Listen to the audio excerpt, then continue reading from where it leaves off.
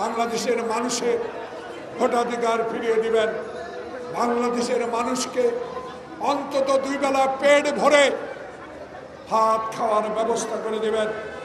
আর রাজপথে মিছিলের প্রয়োজন হবে না, বাংলাদেশের আয়না ঘর তৈরি হবে না, বাংলাদেশে আর অসত্য মিথ্যা মামলা দায়ের হবে না, বাংলাদেশে আর পুলিশ নিয়ে রিমান্ডে নিয়ে আর অত্যাচার করবে না, রিমান্ডের নামে টাকা লুট করবে না, বাংলাদেশে আর আওয়ামী লীগের নেতাদের মতো অর্থ লুট করবে না।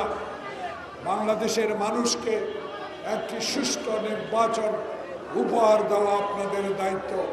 সেই দায়িত্ব পালনে কারা আপনাকে ব্যর্থ করছে তাদেরকে খুঁজে বের করতে হবে। কারা এই গোপালগঞ্জের এই হত্যাকাণ্ড এবং আক্রমণ নির্যাতনের জন্য দায়ী, ইচ্ছা করলে তদন্ত কমিটি করে বের করতে পারেন। হত্যাকাণ্ড হলেই, যে কোনো ঘটনা ঘটলেই তদন্ত কমিটি হয়। সেই তদন্ত কমিটির রিপোর্ট কি আজও বাংলাদেশের মানুষ জানে? সচিবালয়ে আগুন কে লাগিয়েছিল,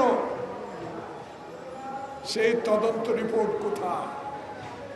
তাই আজকে আমরা অবিশ্বাস আর করতে চাই না, বিশ্বাস আমরা করি। সেই বিশ্বাসের ঘরে আজকে আগুন জ্বালাচ্ছে। আজকে আমাদের নেতা তারেক রহমানকে অসভ্য ভাষায় গালিগালাজ করা হচ্ছে। এটা কিসের ইঙ্গিত? এই ইঙ্গিত আমরা মনে করি নির্বাচনকে ব্যাহত করা। অনুগ্রহ করে আর দেরি না করে সকল ষড়যন্ত্রকে আমরা রুখে দিব। সকল ষড়যন্ত্রকে রুখে দেওয়ার সাহস বাংলাদেশ জাতীয়তাবাদী দলের আছে।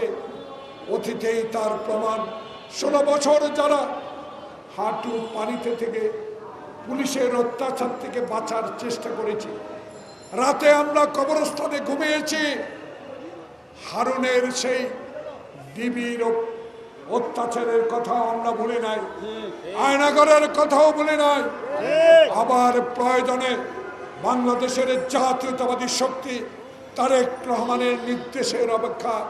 কিন্তু আমি তাই প্রথমে বলেছি, নির্দেশ দেওয়ার আগে অত্যন্ত কঠিন পরীক্ষা আমাদেরকে দিতে হবে।